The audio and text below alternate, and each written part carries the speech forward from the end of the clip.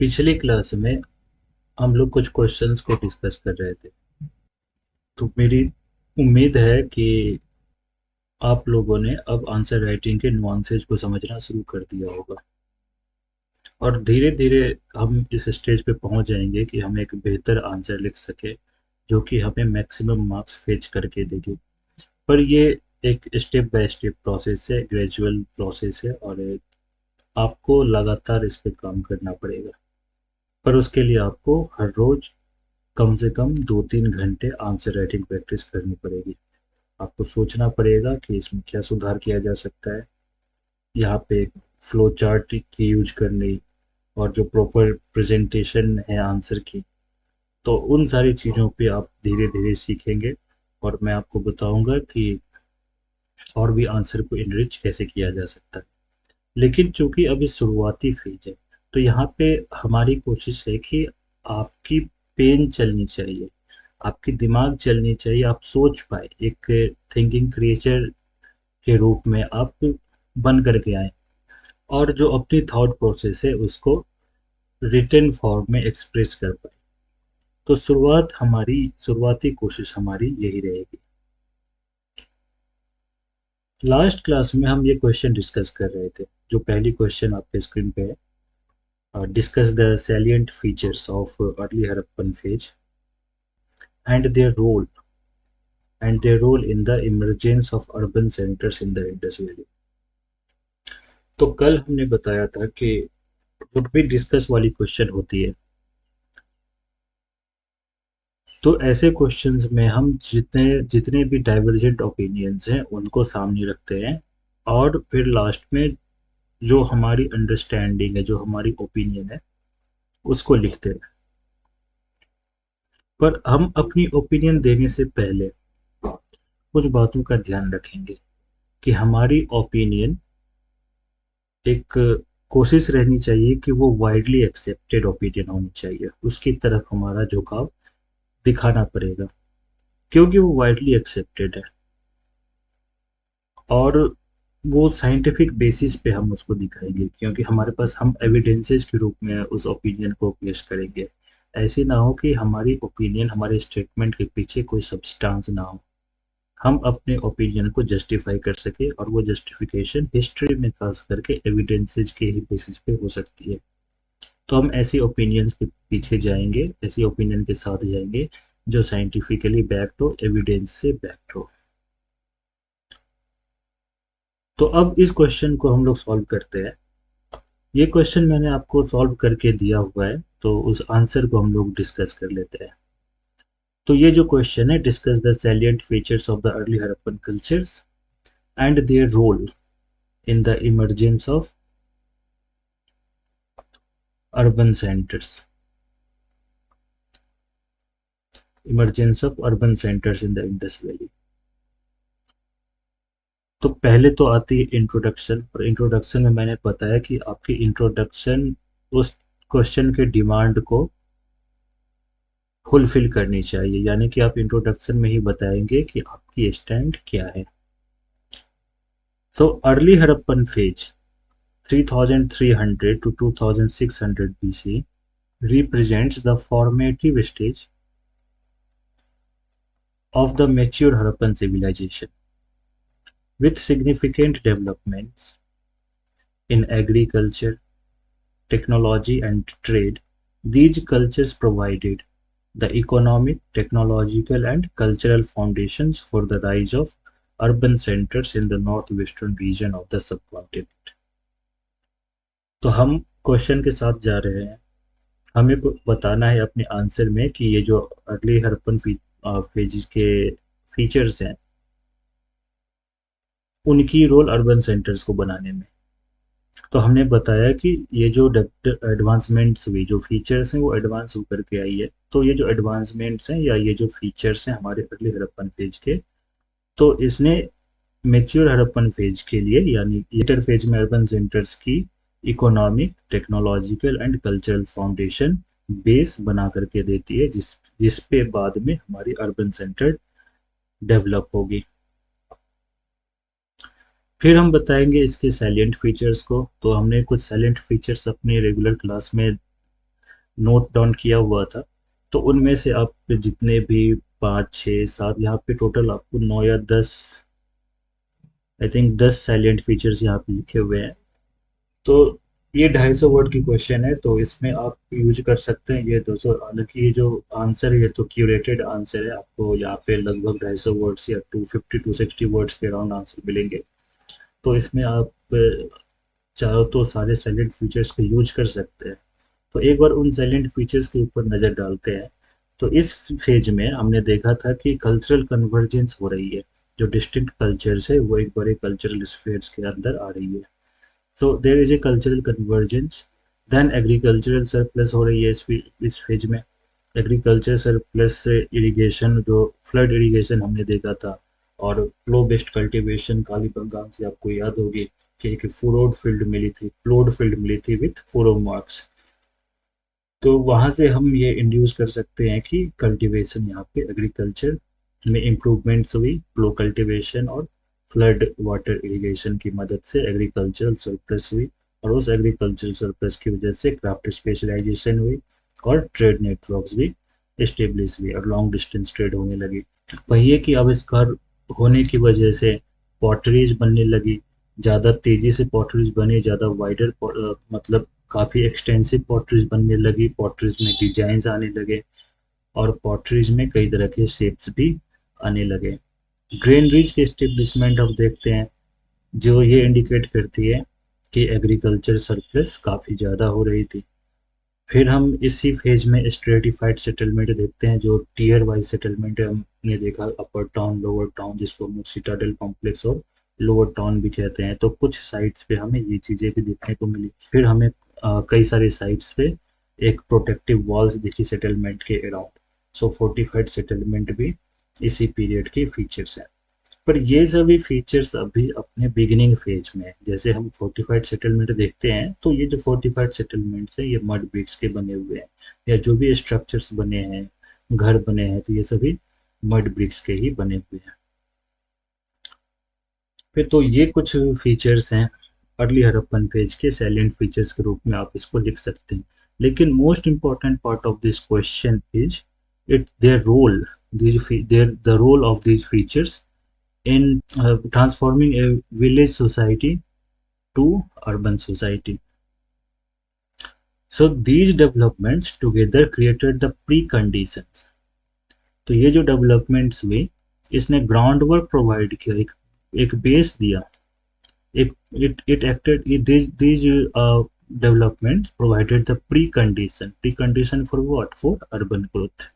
The agriculture surplus generated through improved techniques such as flow cultivation and flood irrigation ensured food security, and it this food security, जो कि ये जो surplus हुई, तो अब कुछ लोग, एक section of population could um, move away from the process of food production, and they could adopt some new occupations. So this freed manpower from the burden of agriculture and employed them in some other occupations.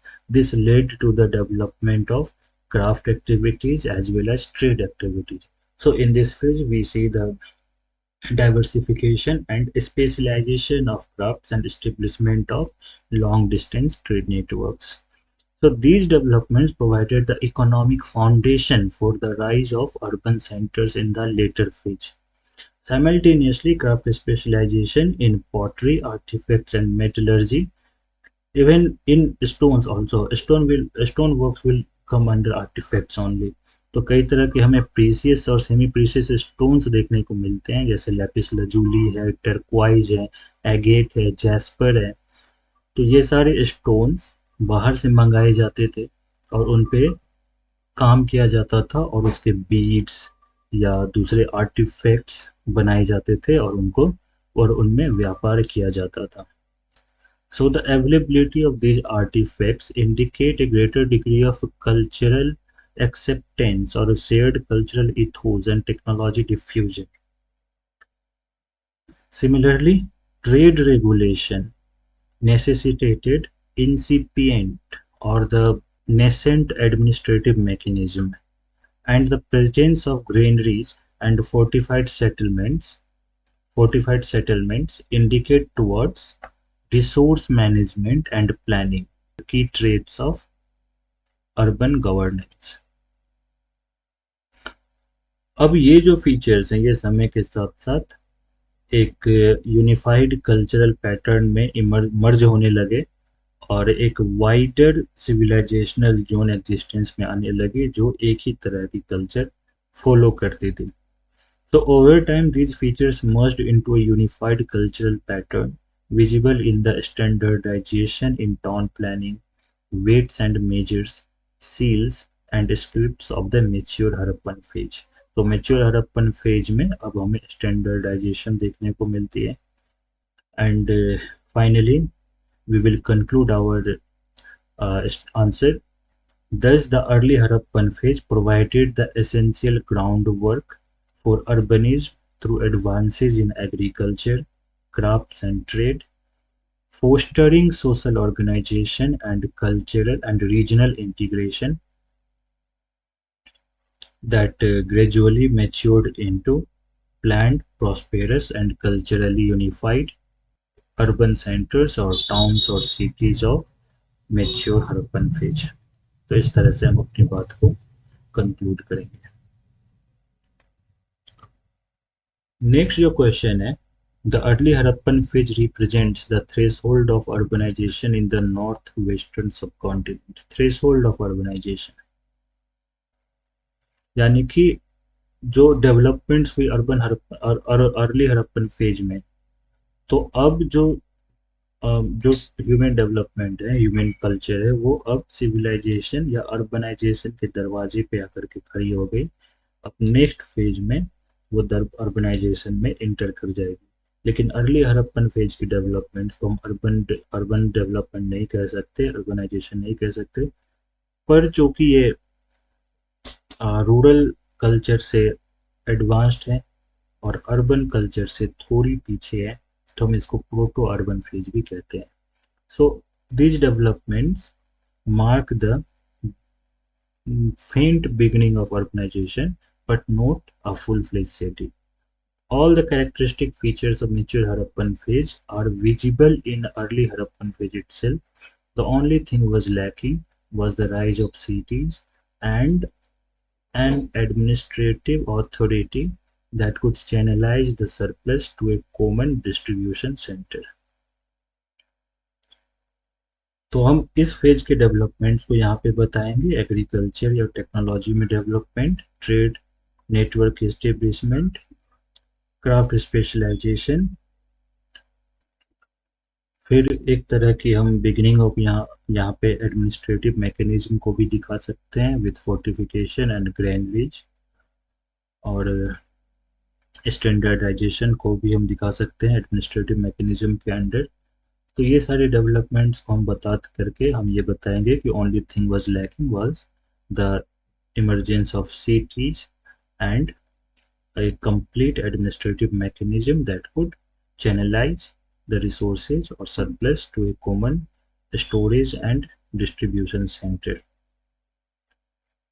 And finally, जो examine करने के लिए दिया गया है, तो examine हम कैसे करते हैं. तो एग्जामिन जैसे आप आंसर किसी के चेक करते हो, तो आप कैसे किसी चीज़ को सही या गलत के दृष्टिकोण से परखते हो, तो वैसे ही हम एग्जामिन करेंगे. तो हमारे सामने एक स्टेटमेंट दी हुई है, हमें उसको बताना है कि ये स्टेटमेंट सही है या गलत है. तो हम कैसे बताएंगे सही गलत, तो हम उसको एविडेंसेस के बेसिस पे वेरीफाई करेंगे कि क्या वाकई ये अर्बन फेज के दरवाजे पे आके खड़ी है, क्या ये वाकई एक अर्बनाइजेशन की थ्रेशोल्ड पे आकर के थ्रेशोल्ड, एक अर्बनाइजेशन की थ्रेशोल्ड को रिप्रेजेंट करती है. तो हम फाइनली इसी फेवर में जाएंगे क्योंकि हमें एविडेंस से ये चीज़ पता चलती है कि वाकई ये एक प्रोटो अर्बन फेज है जो कि एक अर्बनाइजेशन के दरवाजे पे खड़ी है, और नेक्स्ट फेज में ये फुल फ्लेज अर्बनाइजेशन में इंटर कर जाएगी. तो इस बेसिस पे हम कह सकते हैं कि ये जो स्टेटमेंट है ये सही है. तो इस तरह से हम अपने आंसर को कंक्लूड करेंगे. अब ये क्वेश्चन है, analyse the relationship. between early Harappan rural settlements and mature Harappan urban centers. Relationship between early Harappan rural settlements and mature Harappan urban centers. तो एक तो हमारे पास कीवर्ड क्या क्या है, ये रिलेशनशिप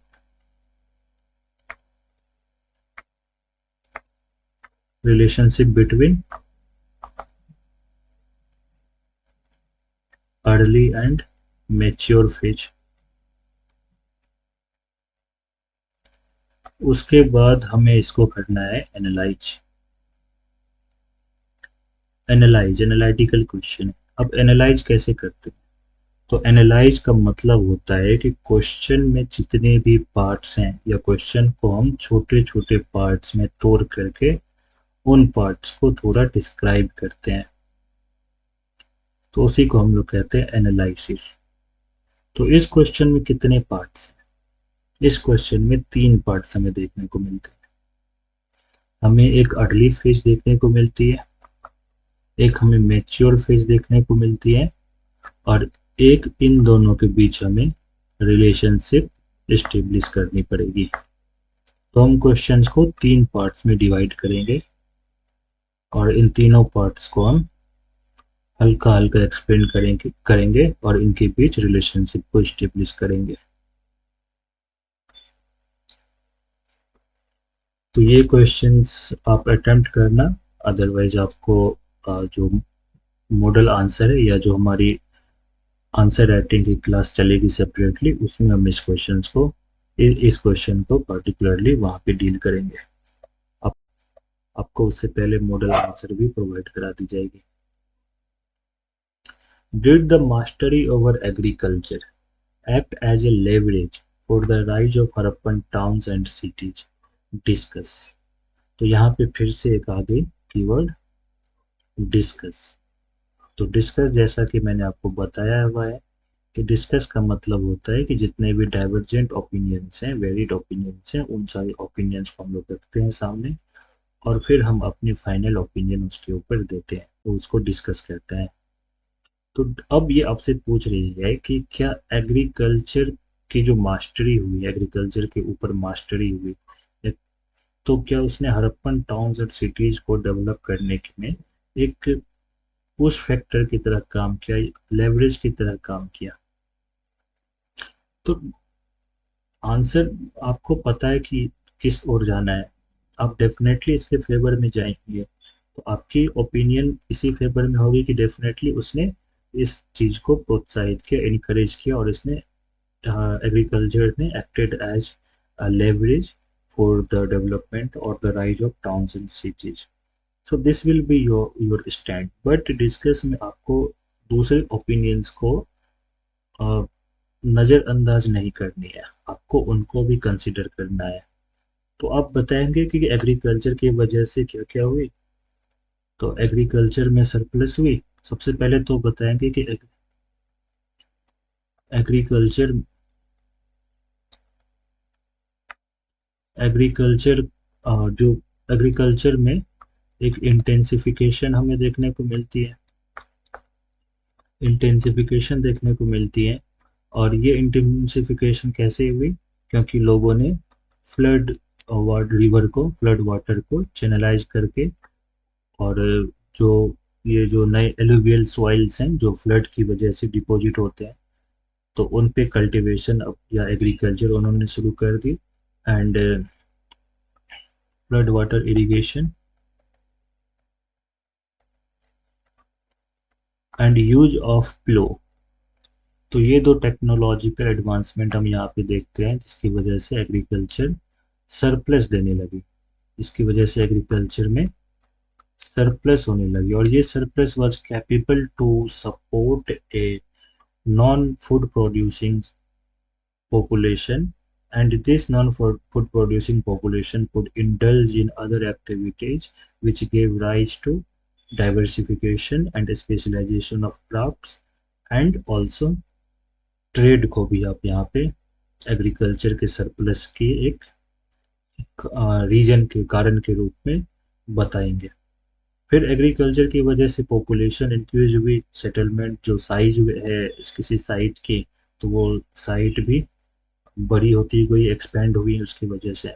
इस तरह से आप एग्रीकल्चर के कारण से किस और भी तरह के डेवलपमेंट्स हुए जिसकी वजह से ट्रेड नेटवर्क स्टेब्लिश हुए, फूड सिक्योरिटी एक आई सोसाइटी में, जो एक पॉपुलेशन को सपोर्ट कर सकती थी, सिटी लाइफ को सपोर्ट कर सकती थी। तो इस तरह से अब बताते हुए यहाँ पे फाइनली आपको बताना है कि agriculture definitely acted as a surplus, but while overemphasizing the role of agriculture, we should also consider other factors as well, जैसे establishment of trade networks, craft specialization, etc.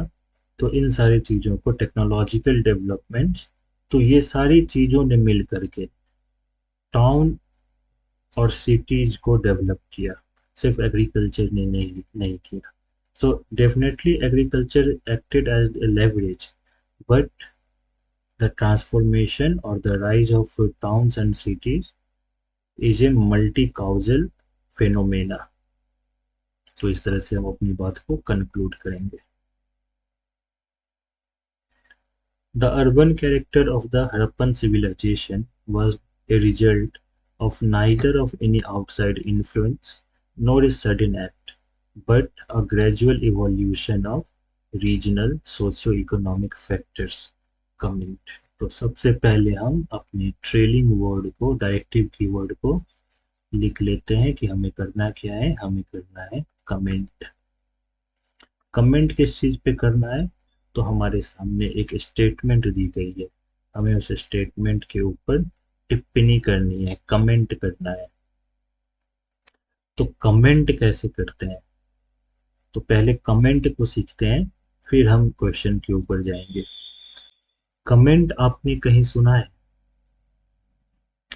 आप स्पोर्ट्स देखते हैं, क्रिकेट देखते हैं, फुटबॉल देखते हैं, तो आप वहाँ पे कमेंट्री सुनते होंगे। तो वही चीज कमेंट है। अब कमेंट्री में क्या होती है, और कमेंट्री आज की नहीं, जो पहले प्रोफेशनल कमेंट्री हुआ करती थी उसकी बात कर रहा हूँ। आज तो पता नहीं क्या ये होती है। तो जो प्रोफेशनल कमेंट्री हुआ करती थी, तो वहां पे एक एक डिटेलिंग बताई जाती थी कि पवेलियन पवेलियन एंड से Zaheer Khan left arm over the wicket, umpire को क्रॉस करते हुए बॉल कहाँ डाली, गुड लेंथ बॉल है, फुल लेंथ है, यॉर्कर लेंथ है, बैट्समैन ने क्या किया, डिफेंस किया, उसको जाने दिया, या एज लगी, या विकेट गई, किस एरिया में बॉल गई बल्ले से लग करके।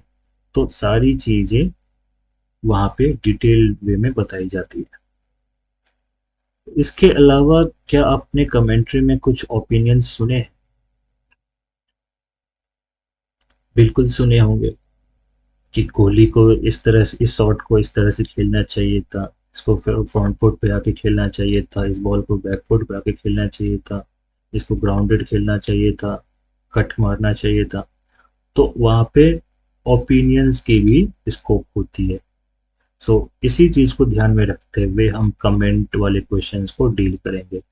तो कमेंट में हमें चीजों को बतानी है, पर हम उसमें थोड़ी सी अपनी ओपिनियन भी दे सकते हैं।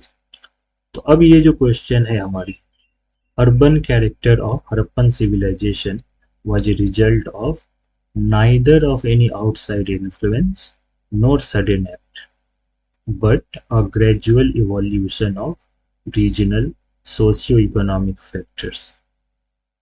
कमेंट। तो सबसे पहले हमारी स्टैंड क्या होनी चाहिए ऐसे क्वेश्चन में? क्या हम ये जो स्टेटमेंट दी हुई है इसके सपोर्ट में है या इसके अगेंस्ट में जाएंगे? हम इस स्टेटमेंट के सपोर्ट में जाएंगे, क्योंकि हमने पढ़ रखा है ना कि जो ये कह रहा है, जो ये क्वेश्चन कह रही है वही बात ही है, इसलिए हम इस स्टेटमेंट के सपोर्ट में जाएंगे। पर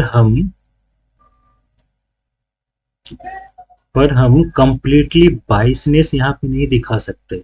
एज ए कमेंटेटर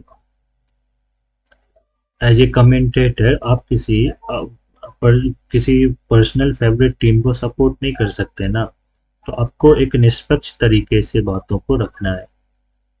तो इसी तरह हम इस स्टेटमेंट में भी, जो कि हमारी स्टैंड रहेगी ग्रेजुअल इवोल्यूशन की तरफ ही, लेकिन जो एक्सटर्नल फैक्टर हैं हमें उसको भी थोड़ी सी तवज्जो देनी पड़ेगी।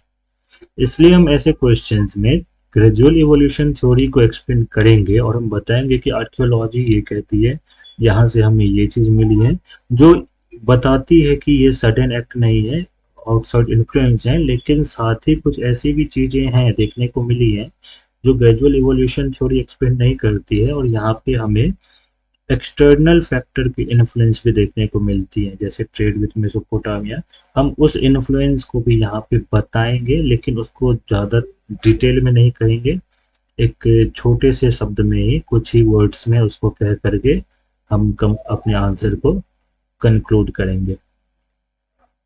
और और सिर्फ ग्रेजुअल इवोल्यूशन या इंडिजिनस जो डेवलपमेंट है उसके साथ साथ थोड़ी सी अ, थोड़ी सी इम्पोर्टेंस या थोड़ी सी रोल हम उन जो एक्सटर्नल इन्फ्लुएंस है उसको भी देंगे। और इस तरह से हम कमेंट वाले क्वेश्चन को टैकल करेंगे। इसकी भी आंसर आपको मॉडल आंसर में मिल जाएगी, हमारे टेलीग्राम चैनल से आप जुड़ सकते हैं, और और जिसकी लिंक आपको चैनल के डिस्क्रिप्शन में मिल जाएगी। तो ये कुछ क्वेश्चंस हैं जो मेरे उम्मीद से सफिशिएंट है इस पर्टिकुलर टॉपिक से, और जैसे जैसे हम आगे जाएंगे, जैसे अभी हम मेच्योर हड़प्पन फेज में पहुंचेंगे तो वहाँ पे टाउन प्लानिंग के ऊपर क्वेश्चंस बनते हैं जो पूछे भी जा चुके हैं। फिर वाटर मैनेजमेंट एंड कंजर्वेशन के ऊपर क्वेश्चंस हैं। हड़प्पन इकोलॉजी के ऊपर क्वेश्चन है। एक क्वेश्चन तो यहाँ भी बनती है कि इकोलॉजी किस तरह से हेल्प करती है, और in fact at the same time it constraints the rise of towns and cities. जैसे एक क्वेश्चन आप यहाँ पे लिख लो, चाहो तो प्रैक्टिस कर सकते हैं।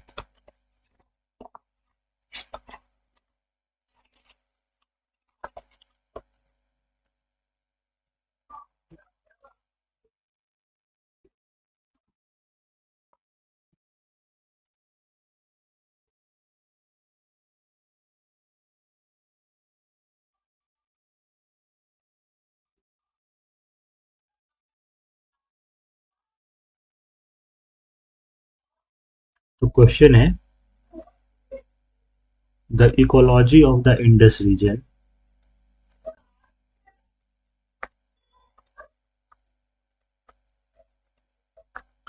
the ecology of the Indus region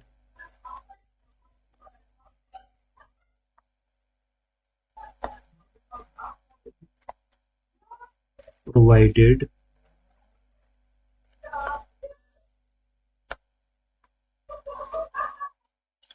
both opportunities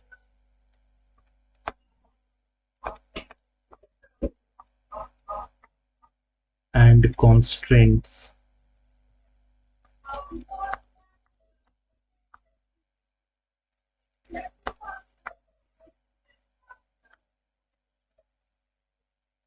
that shaped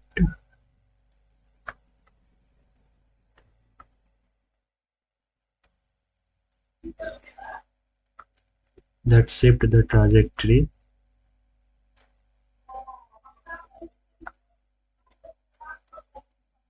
from early to mature Harappan civilization.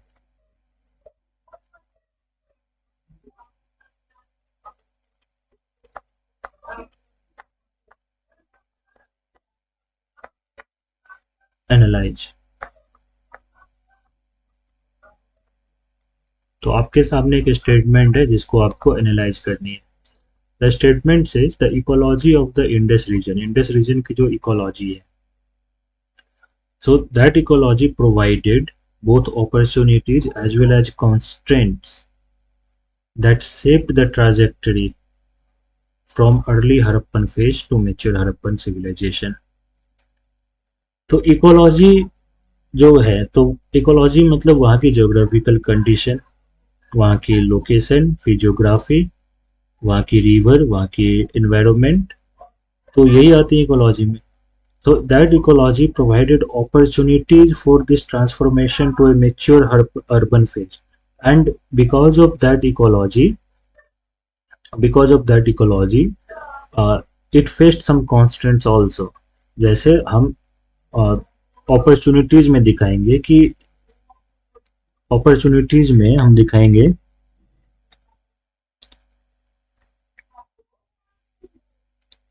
Opportunities में हम क्या क्या दिखा सकते हैं कि एक तो यहाँ पे फ्लड है, फ्लड वाटर को इन्होंने चैनलाइज किया, यहाँ से इन्होंने फ्लड वाटर इरिगेशन शुरू कर दी.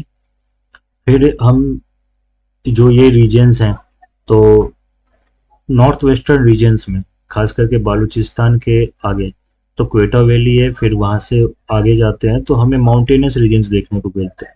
And this mountainous regions were the core supplier of minerals and copper and bronze raw materials. तो जिसकी वजह से क्राफ्ट डाइवर्सिफिकेशन या जो मेटलर्जी में वर्क है, वहाँ मेटलर्जी में भी वर्क, मेटलर्जी वर्क्स ऑल्सो वर, मतलब कि वहाँ से हार्डनेस की जा सकती थी. फिर प्लेन एरिया जैसे पंजाब प्लेन है, तो हड़प्पा पंजाब में ही आती है. फिर बालूचिस्तान की काची प्लेन है, जहाँ पे मेहरगढ़ साइट आपको याद होगी न्यूलिथिक साइट थी. तो प्लेन एरियाज भी यहाँ पे ऐसे इन रीजन्स में प्लेन एरियाज भी हैं जहाँ पे कल्टीवेशन हो सकती थी. तो डेफिनेटली ये जो इकोलॉजी है, तो इस इकोलॉजी ने हड़प्पन ट्रांसफॉर्मेशन में काफ़ी मदद की. लेकिन साथ ही यहाँ की इकोलॉजी, तो जैसे हम ज्योग्राफी में देखते हैं कि जैसे जैसे हम वेस्ट से ईस्ट की तरफ आते हैं तो रेनफॉल भी साथ साथ इंक्रीज होती है. यानी कि ये जो रीजन्स हैं यहाँ पे हमें लेस रेनफॉल देखने को मिलती है. तो लेस रेनफॉल की वजह से ये जो रीजन्स हैं ये हैं सेमी एरिड रीजन्स. साथ ही ऐसे रीजन्स में यहाँ पे जो ग्राउंड वाटर है वो ग्राउंड वाटर सेलाइन मिलती है, ग्राउंड वाटर सेलाइन मिलती है. तो डेफिनेटली सेलाइन ग्राउंड वाटर ने सेमी एरिड रीजन्स ने किसी न किसी तरह से वहाँ की कल्चर को, वहाँ की सिविलाइजेशन को प्रभावित किया होगा और एक कॉन्स्टेंट के रूप में भी काम किया होगा. तो आप इन दोनों चीज़ों को मेंशन कर सकते हैं यहाँ पे कि उन्होंने अपॉर्चुनिटीज भी दी, इकोलॉजी की वजह से अपॉर्चुनिटी भी मिली और साथ ही कॉन्स्टेंट भी मिली. लेकिन अब हमारी फाइनल आंसर क्या होगी, क्योंकि हम ट्रांसफॉर्म होने में तो सक्सेसफुल रहे, तो हम बताएंगे कि despite these constraints or the challenges, the Harappan people adapted themselves to these ecological conditions and harnessed the resource potential of the Harappan region, and they transformed from early Harappan phase to a mature urban Harappan phase. इस तरह से हम अपनी बात को complete करेंगे.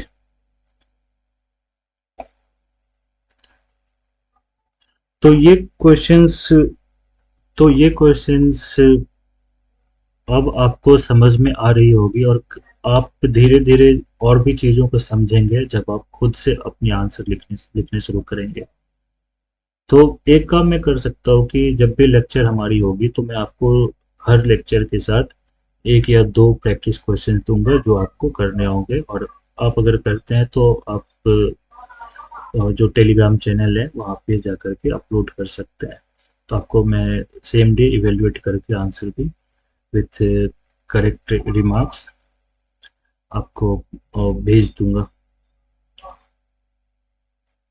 तो इनमें से जो भी क्वेश्चंस हैं आप प्रैक्टिस करना, खुद से लिखने की कोशिश करना, क्वेश्चंस को पढ़ना अभी 2 बार 3 बार 4 बार जितनी बार में समझ में आए उतनी बार में समझना, जो टेल वर्ड्स हैं, जो डायरेक्टिव कीवर्ड्स हैं, उन डायरेक्टिव कीवर्ड्स को आप देखना कि मैंने किस तरह से उसको अप्रोच किया।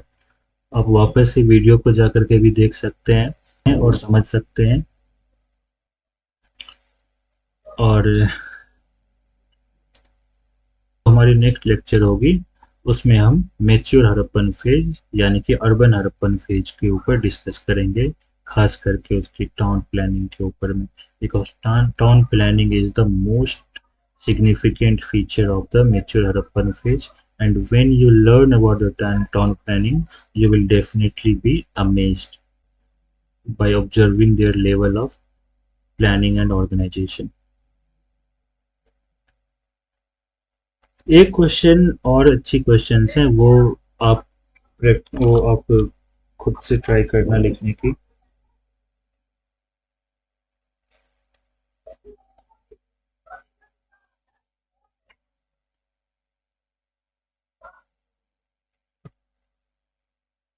दो क्वेश्चंस हैं।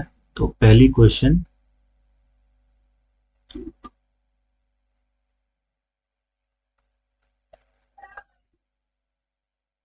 How did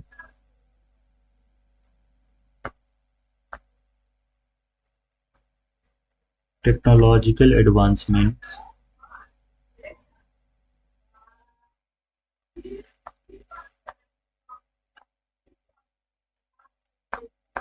how did technological advancements during the early Harappan period during the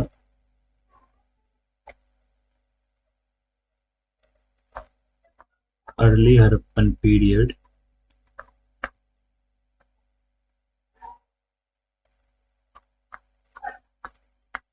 contribute to the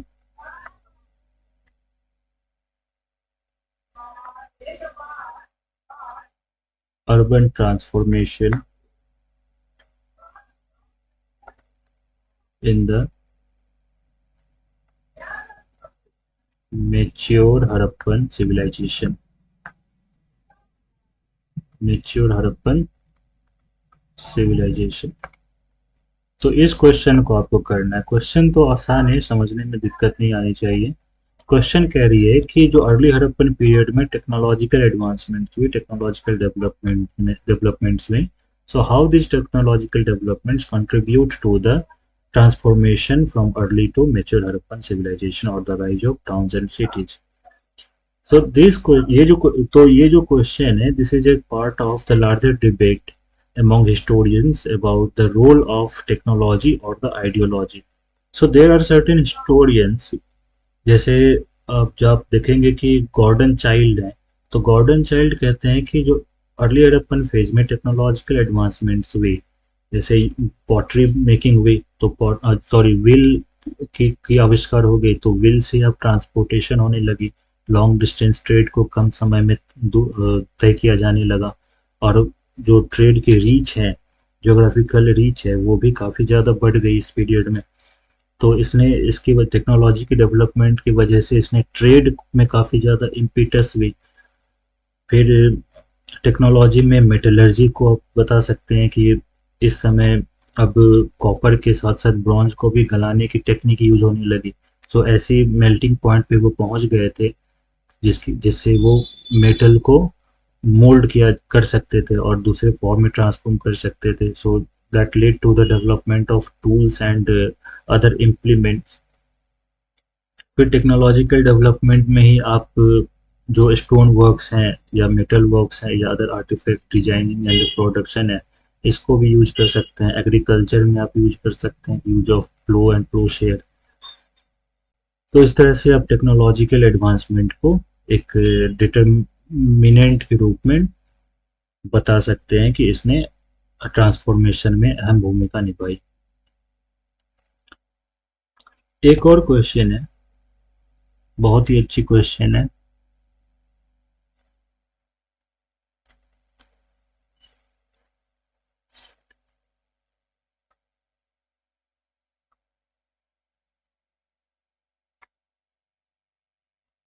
Theories of foreign origin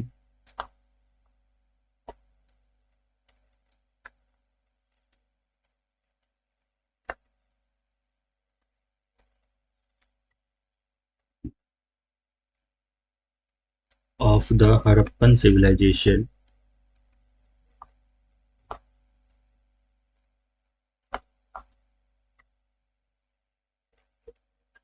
reflect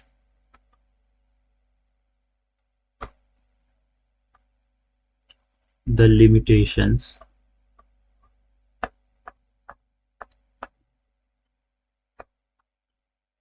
of early colonial archaeology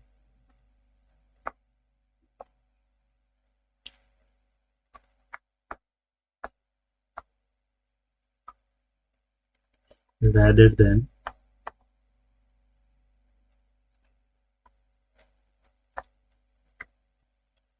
archaeological reality. Archaeological reality discuss. तो आप definitely इस question में देख सकते हैं कि ये एक डाइवर्स ओपिनियन बेस्ड क्वेश्चन है ना, एक हिस्टोरियोग्राफिकल क्वेश्चन है, लेकिन ये कंप्लीट हिस्टोरियोग्राफिकल डिबेट के ऊपर नहीं है question. This is about the nature of evidence is interpreted bye these historians in deriving the theories. So you know that early British scholars tried to explain the origin of Harappan civilization as Mesopotamian as a factor of Mesopotamian influence, either directly or indirectly. So what was the basis of their what was the basis of these scholars in propounding this theory? So first was the British colonial approach. They did not want to, even they didn't even considered Indians capable of developing such advanced civilization. And secondly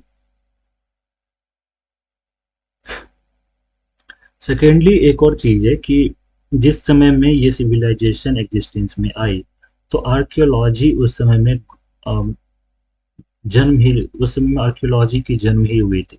so archaeological limitation भी थी, लेकिन बाद में जो और भी theories आई, तो बाद में जो एक्सकेवेशन है या एक्सप्लोरेशन है, तो इसमें नई टेक्निक्स को भी यूज किया गया, तो जिसके बेसिस पे नई थ्योरीज आने लगी, नई एविडेंसेज आए और उसके बेसिस पे नई थ्योरीज बनने लगी।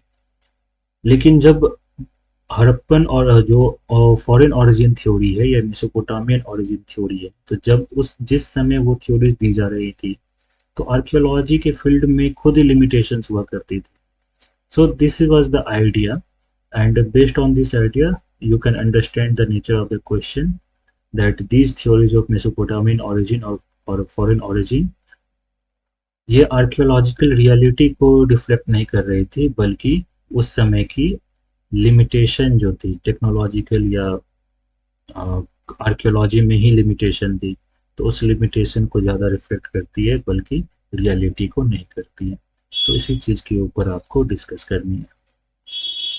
तो इसकी भी आंसर आपको मॉडल आंसर के रूप में मिल जाएगी, और आप अगर करना चाहते हैं आंसर तो डेफिनेटली इसको ट्राई करें। ये मत सोचिए कि आप कैसे आंसर लिखेंगे, मैं ये मानता हूँ और ये रियलिटी भी है कि आप सबसे वर्स्ट आंसर लिखेंगे इस फेज में, तो इससे आपको घबराना नहीं है।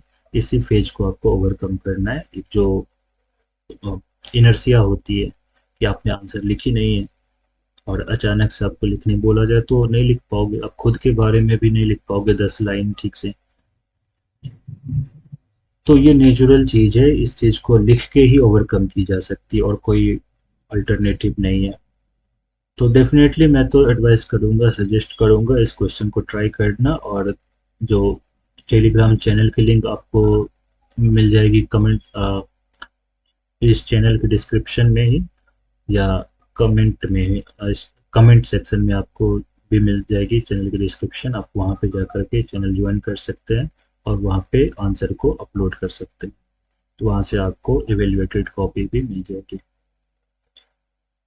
So this was all about early Harappan phase. I hope you must have learned many things. Your concepts जो आपकी concept है वो काफ़ी ज़्यादा क्लियर हो चुकी होगी, और आप अर्ली हड़प्पन फेज को समझ चुके होंगे, और अब तक आप समझ चुके होंगे कि मेच्योर हड़प्पन फेज के भी जो एस्पेक्ट्स हैं उसके बारे में भी आपको आइडिया लगी गई होगी। नेक्स्ट वीडियो में जब हम मैच्योर हड़प्पन फेज करेंगे, खास करके टाउन प्लानिंग के बारे में, तो आपको उसकी खूबसूरती का अंदाज़ा तभी लगेगा। तो मिलते हैं अपनी नेक्स्ट वीडियो में, जहाँ पे हम कंटिन्यू करेंगे अपनी लेक्चर को, और फिर उसके बेसिस पे जो हमारे प्रीवियस क्वेश्चन हैं या प्रैक्टिस क्वेश्चन हैं वो भी साथ ही करते चलेंगे।